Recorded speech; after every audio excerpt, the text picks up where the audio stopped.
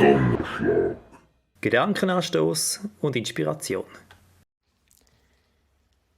Vom November, Ewigkeit und welkende Pflanzen. Mein Name ist Nadine Zurbrück. Wenn der Donnerschlag rauskommt, dann sind wir im November. November ist ja der Monat, der sich wettermässig gern unten grau, oben blau präsentiert oder komplett trüb. Die Tage sind jetzt deutlich kürzer und die Öben kälter. Sogar an einem sonnigen Tag braucht man am Abend die Wärme von einer Heizung. Es ist der letzte Zeitpunkt, den Garten noch aufzuräumen, abzuräumen, den Balkon winterfest zu machen. Und die Menschen, die allgemein Mühe haben mit der dunklen Jahreszeit, die wissen, die kommenden Wochen, die werden im besten Fall anspruchsvoll. Im November feiern wir in unserer Kirche Allerheiligen oder der Ewigkeitssonntag.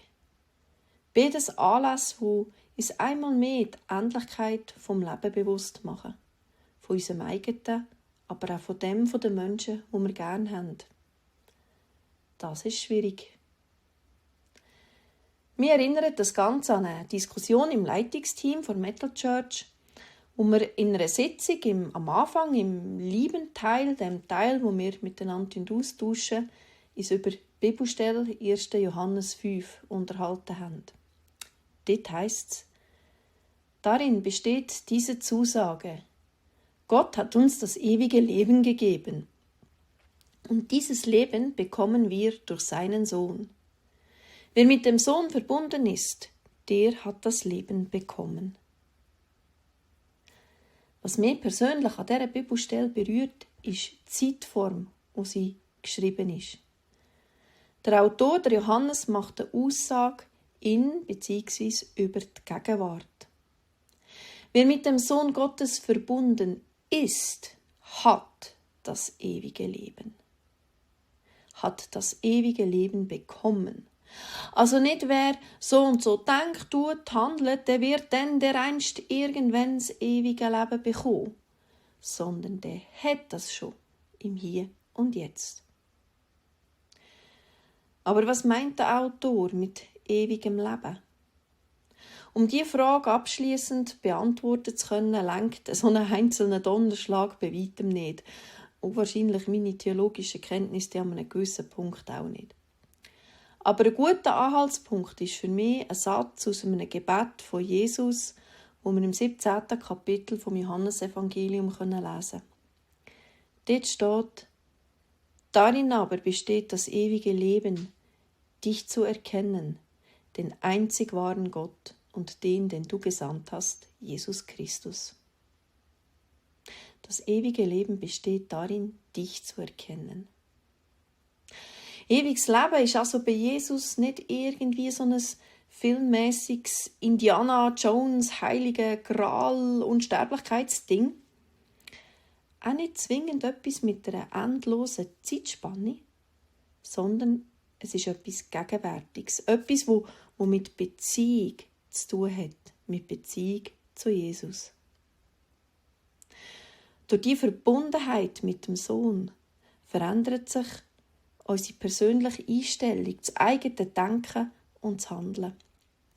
Wir werden so Teil von Gottes Wirklichkeit und dürfen in guten wie in schlechten Zeiten darauf vertrauen, dass die Welt, wo wir drin leben, nicht alles ist.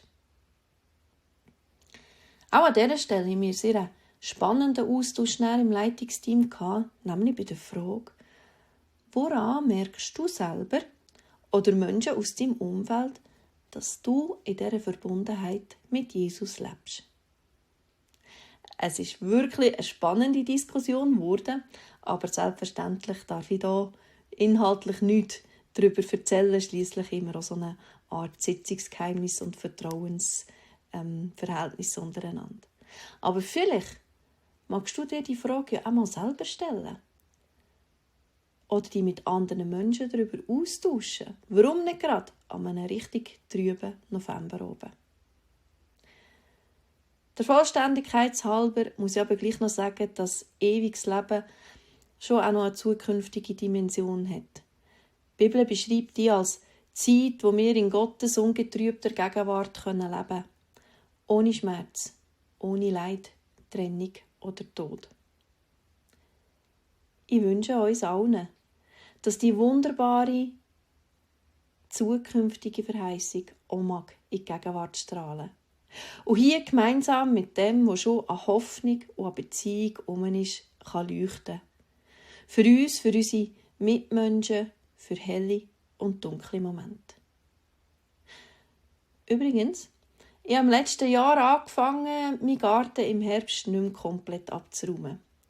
Ich versuche, ein paar einjährige Pflanzen mit Vlies und Erde abzudecken, in der Hoffnung, dass sie im Frühling wieder austreiben. Bei Barnen ist es mir gelungen, andere sind unter dem Schnee und Frost eingegangen. Für mich ist das ein sehr schönes Bild. Für eine Welt, wo neben vielem Guten halt einfach noch sehr viel Schwieriges ist. Aber viel im Verborgenen schon oder noch lebt. Und es lässt mich etwas erahnen von Ewigkeit und von einem Himmel, wo keine Pflanzen drin eingehen.